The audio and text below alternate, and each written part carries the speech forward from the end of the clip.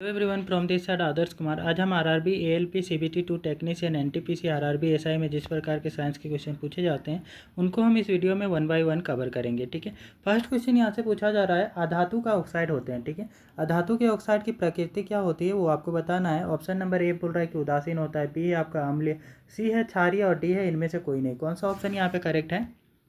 तो अधातु के जो ऑक्साइड होते हैं वो आपके अम्लीय प्रकृति के होते हैं। जैसे कि आपका कोई सा भी अधातु ले ले, सल्फर, सल्फर का आपका जो ऑक्साइड होगा सल्फर डाइऑक्साइड वो आपका अम्लीय प्रकृति का होगा। कार्बन का कार्बन डाइऑक्साइड, ठीक है, यह भी आपका अम्लीय प्रकृति का होगा। ठीक है, और जो भी धातु के ऑक्साइड होते हैं वो क्षारीय प्रकृति के होते हैं। ठीक है, अगले क्वेश्चन पे आते हैं। तो नेक्स्ट यहाँ पे पूछा जा रहा है, सिल्वर क्लोराइड का रंग होता है। ठीक है, सिल्वर क्लोराइड जो है, ठीक है, इसका आपका रंग कैसा होता है? ए बोला जा रहा है काला, बी है आपका पीला, सी है आपका हरा और डी है श्वेत। कौन सा ऑप्शन यहाँ पे करेक्ट है? तो ऑप्शन नंबर डी आपका करेक्ट है। ठीक है, सिल्वर क्लोराइड का जो रंग होता है वो आपका श्वेत कलर का होता है। ठीक है, अगले क्वेश्चन पे आते हैं। तो नेक्स्ट यहाँ पे पूछा जा रहा है, निर्वात में प्रकाश की चाल होती है। ठीक है, निर्वात में जो प्रकाश की चाल होती है वो कितनी होती है? ठीक है, वो आपको बताना है। ठीक है, ए बोल रहा है 3 × 10⁸ मीटर पर सेकेंड और बी है आपका 2 × 10⁸ मीटर पर सेकेंड, किलोमीटर पर सेकेंड है, और सी है आपका 3 × 10⁸ किलोमीटर पर सेकेंड। ठीक है, और डी है आपका 3 × 10⁻110 मीटर पर सेकेंड। कौन सा ऑप्शन यहाँ पे करेक्ट होगा, जल्दी से बताएंगे। तो यहाँ पे हमारा ऑप्शन नंबर ए करेक्ट होगा, 3 × 10⁸ मीटर पर सेकेंड होता है। ठीक है, किलोमीटर नहीं, आपका मीटर पर सेकेंड होता है ना, तो ये याद रखना है, 3 × 10⁸ मीटर पर सेकेंड निर्वात में प्रकाश की चाल। अगले क्वेश्चन पे आते हैं। तो नेक्स्ट यहाँ पे पूछा जा रहा है आपसे कि गोली दर्पण की वक्रता केंद्र को किस अक्षर से निरूपित किया जाता है? ठीक है, गोलीय दर्पण जो होता है उसकी वक्रता केंद्र के लिए आपका कौन सा आपका अक्षर का उपयोग किया जाता है उसको निरूपित करने के लिए? ए बोला जा रहा है सी, बी आपका पी और सी है आपका कि ओ और डी है आपका एफ। कौन सा ऑप्शन यहाँ पे करेक्ट होगा? तो यहाँ पे वक्रता केंद्र जो होता है किसी भी गोलीय दर्पण का उसको हम सी से आपका रिप्रेजेंट करते हैं ना, सी से निरूपित करते हैं। तो ऑप्शन नंबर ए हमारा क्या है, करेक्ट है। ठीक है, अगले क्वेश्चन पे आते हैं। तो नेक्स्ट यहाँ पे पूछा जा रहा है, गंधक की परमाणु संख्या होती है। ठीक है, गंधक जो है, गंधक की आपकी परमाणु संख्या बताना है। ए बोल रहा है 14, बी है आपका 15, सी है आपका 16 और डी है 17। कौन सा यहाँ पे करेक्ट ऑप्शन है?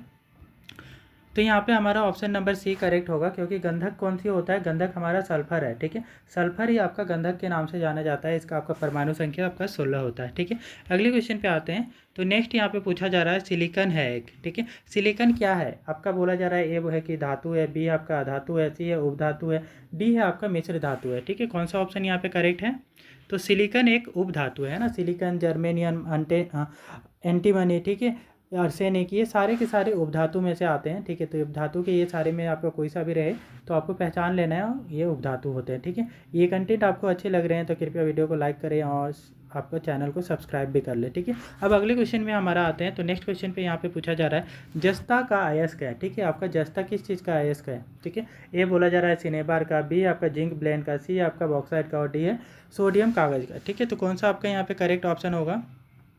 तो यहाँ पे जस्ता जो होता है, जस्ता का अयस्क क्या है? तो जिंक ब्लेंड होता है ना, जिंक ब्लेंड, ZNS इसका फॉर्मूला होता है जिंक ब्लेंड का, ये इसका आपका अयस्क होता है।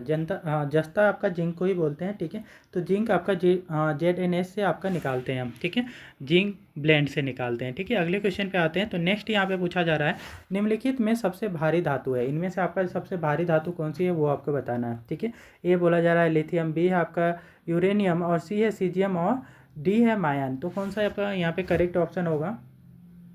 ऑप्शन नंबर हमारा बी करेक्ट होगा। ठीक है, यूरेनियम आपका ये होना चाहिए। ठीक है, तो ये हमारा ऑप्शन नंबर बी करेक्ट होगा, यूरेनियम। ठीक है, अगले क्वेश्चन पे आते हैं। तो नेक्स्ट हमारा यहाँ पे पूछा जा रहा है अगले क्वेश्चन में, पतले लेंस की आवर्धन क्षमता होती है। ठीक है, एक पतला लेंस है तो उसकी आवर्धन क्षमता कैसी होती है? अधिक होती है, कम होती है? ठीक है, ये बोल रहा है कम, बी है आपका अधिक और सी है संतुलित और डी है सभी। कौन सा ऑप्शन यहाँ पे करेक्ट होगा? तो पतले लेंस की जो आवर्धन क्षमता होती है वो कम होती है। ठीक है, मोटे लेंस की आवर्धन क्षमता ज़्यादा होती है। ठीक है, तो ये हमें याद रखना है। अगले क्वेश्चन पे आते हैं। तो नेक्स्ट यहाँ पे पूछा जा रहा है आपसे, एक धातु जो हथेली पर पिघलने लगती है। ठीक है, एक ऐसी धातु जिसको हाथ में रखते हैं ना हथेली पे तो वो पिघलने लगती है, वो कौन सी धातु है? ठीक है, ए बोला जा रहा है सोडियम, बी है आपका सीजियम, सी है आपका चांदी और डी है लिथियम। कौन सा ऑप्शन यहाँ पे करेक्ट है? कौन सी धातु हाथ के हथेली में रखते हैं तो आपका क्या होता है कि वो पिघल जाती है? तो ये हमारा आपका सीजियम होता है। ठीक है, गैलियम और सीजियम जो है ना बहुत ही कम टेम्परेचर पे ये पिघल जाता है। ठीक है, हमारा बॉडी का टेम्परेचर कितना होता है? 37 डिग्री सेल्सियस होता है। तो इतने टेम्परेचर पे ये जो गैलियम है, सीजियम है, ये दोनों ही आपके धातु क्या होते हैं, पिघल जाते हैं। ठीक है, तो सीजियम रहे या गैलियम रहे, ये ऑप्शन आपके करेक्ट होंगे इसके लिए। अगले क्वेश्चन पे आते हैं। तो नेक्स्ट यहाँ पे पूछा जा रहा है सर्वाधिक तन्य धातु है ना, इनमें से आपका सर्वाधिक तन्य धातु कौन सी है? ए बोला जा रहा है सोना, बी है आपका चांदी, सी प्लेटिनम और जी है आपका जिंक। कौन सा ऑप्शन यहाँ पे करेक्ट होगा? तन्य क्या होती है? तो तन्यता आपकी धातु की प्रॉपर्टी होती है, गुण होता है। ठीक है, जिससे हम क्या कर सकते हैं, धातु को आपको पतले तार में आपका खींच सकते हैं ना, उसको खींच करके आपका पतला तार बनाया जा सकता है। तो ऐसे गुण को हम क्या बोलते हैं, आपका धातु की तन्यता बोलते हैं। ठीक है, तो किसकी तन्यता सबसे ज़्यादा होती है? तो सोना की सबसे ज़्यादा आपका तन्यता होती है। ठीक है, 1 ग्राम हम सोना लेते हैं ना, उसे 1 किलोमीटर लंबी तार आपका खींची जा सकती है। ठीक है, 1 किलोमीटर की लंबी तार आपका 1 ग्राम सोना से खींची जा सकती है। अगले क्वेश्चन पे आते हैं। तो यहाँ पे पूछा जा रहा है आपसे, इनमें से कौन दर्पण का सूत्र है? ये आपको यहाँ पे दर्पण का सूत्र पहचानना है। ए बोला जा रहा है 1/v plus 1/u is equal to 1/f है, और बी में आपका 1/u minus 1/v is equal to 1/f, C है आपका 1/v plus u/1 is equal to 1/f, और डी में आपका v/1 plus 1/u is equal to 1/f। कौन सा ऑप्शन यहाँ पे करेक्ट होगा दर्पण सूत्र के लिए?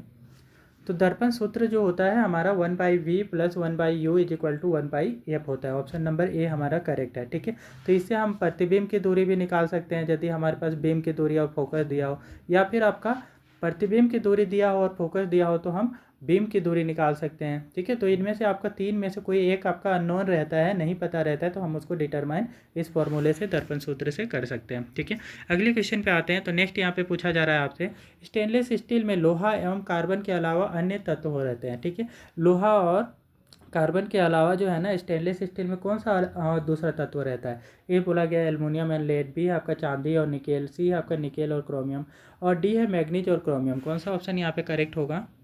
तो स्टेनलेस स्टील की बात कही जा रही है। तो स्टेनलेस स्टील में आपका आयरन और कार्बन के साथ में निकेल और क्रोमियम का मिश्रण किया जाता है ना, निकेल और क्रोमियम मिला करके इसका एलॉय बनाया जाता है, मिश्र धातु बनाया जाता है। ठीक है, तो ऑप्शन नंबर सी हमारा क्या है, इसके लिए करेक्ट है स्टेनलेस स्टील में। ठीक है, सिर्फ स्टील लिखा रहे तो याद रखना है कि कार्बन में कार्बन मिलाया जाता है आयरन के साथ में, तो स्टील बनता है। ठीक है, लेकिन जहाँ स्टेनलेस स्टील आ गया तो उसमें निकेल और क्रोमियम भी मिलाया जाता है, क्रोमियम तो कंपलसरी है। ठीक है, अगले क्वेश्चन पे आते हैं। तो नेक्स्ट हमारे यहाँ पे पूछा जा रहा है, ऐसे तत्व जो इलेक्ट्रॉनों का त्याग कर धनात्मक आयन बनाते हैं उसे कहते हैं। ठीक है, ऐसे तत्व जिनका जो है ना इलेक्ट्रॉन डोनेट करने की, इलेक्ट्रॉन को त्याग करने की क्षमता होती है, और त्याग करने के बाद में वो अपना जो है ना कैटायन बनाते हैं, मतलब पॉजिटिव आयन बनाते हैं, धनात्मक आयन बनाते हैं। तो वो कौन से आपके तत्व हैं? ए बोला जा रहा है उपधातु, बी है आपका धातु, और सी है अधातु, और डी है मिश्र धातु।